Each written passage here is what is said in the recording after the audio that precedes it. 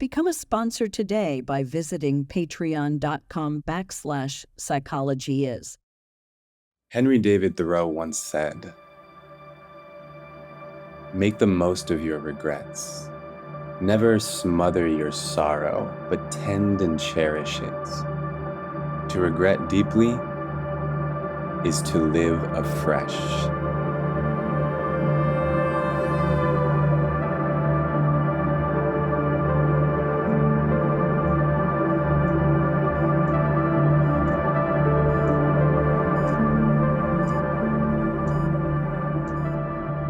Regret is a complex, very unpleasant emotion, triggered and intensified by blaming ourselves for what has or has not become the reality of our lives.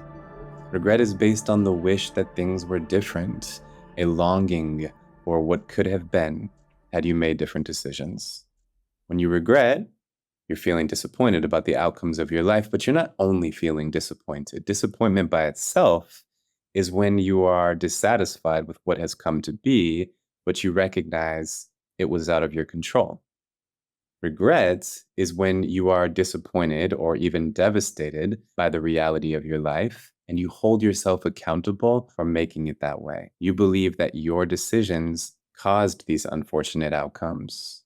Regret has elements of disappointment and shame, grief, and in some cases, self-loathing. The two main types of regret are of what you did and now believe you shouldn't have done, regretting actions, or what you did not do, but now believe you should have done, regretting inaction. You'll regret inaction if you believe that taking action, making a certain choice, would have resulted in your life being better than it is.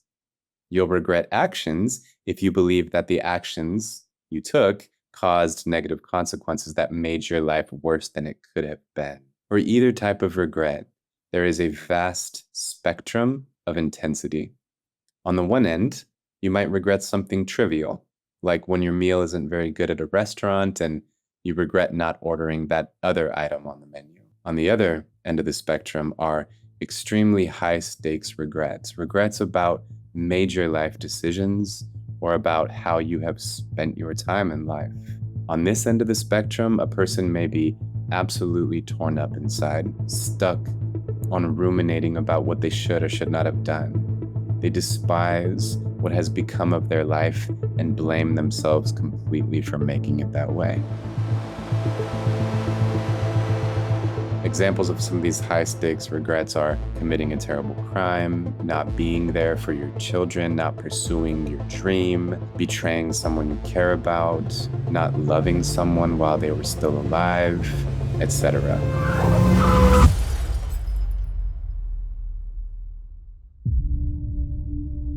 We even have the term in psychology and philosophy, existential regret, defined as a profound desire and aching to go back and change a past experience in which you failed to choose consciously or made a choice that did not follow your beliefs and your values.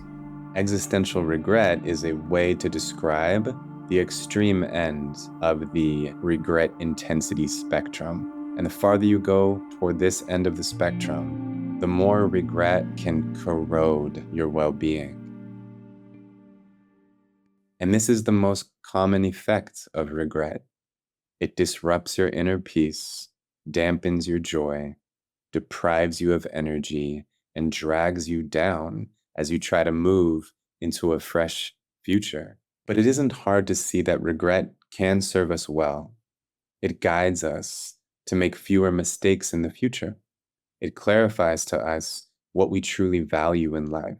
To wish with such great intensity that things were different is to know with great clarity what you want things to be like. And herein lies the key to overcoming regrets.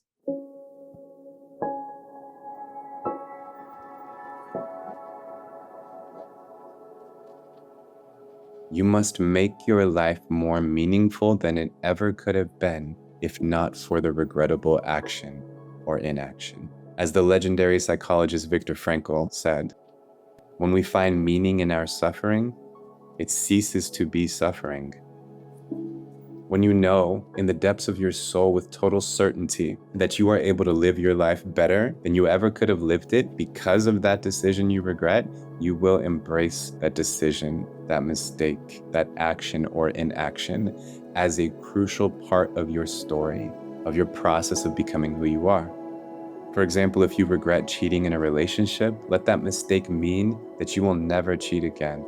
If you regret not speaking up when you should have, let that mistake mean that from now on you will always speak up when you should.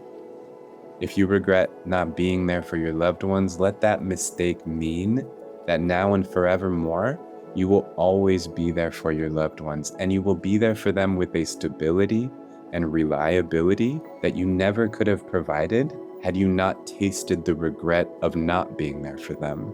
Let that mistake mean that you will love with an intensity that you never could have accessed if not for the sting of that regret. And on the note of embracing mistakes as a crucial part of your personal evolution, this brings up one more key to overcoming regret. Love yourself now and recognize that you are who you are because of what you have experienced. Without that regrettable decision and the consequences that ensued, you would not be who you are. The people who regret the most are the people who are unhappy with who they are. So by loving who you are now, you redeem all your mistakes. Now, what if you don't love who you are? What if you can't seem to muster the feeling of self-love? Well, there are many practices you can implement that truly help to cultivate self-acceptance, self-love, self-compassion. You can also seek out and spend time with the people who highlight everything that is so incredibly lovable about you. But also, realistically, many people will struggle to muster self-love in their current state.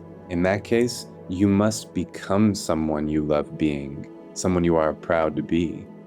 You must strive to reach all of the potentials available in this phase of your life, and that striving will feel honorable.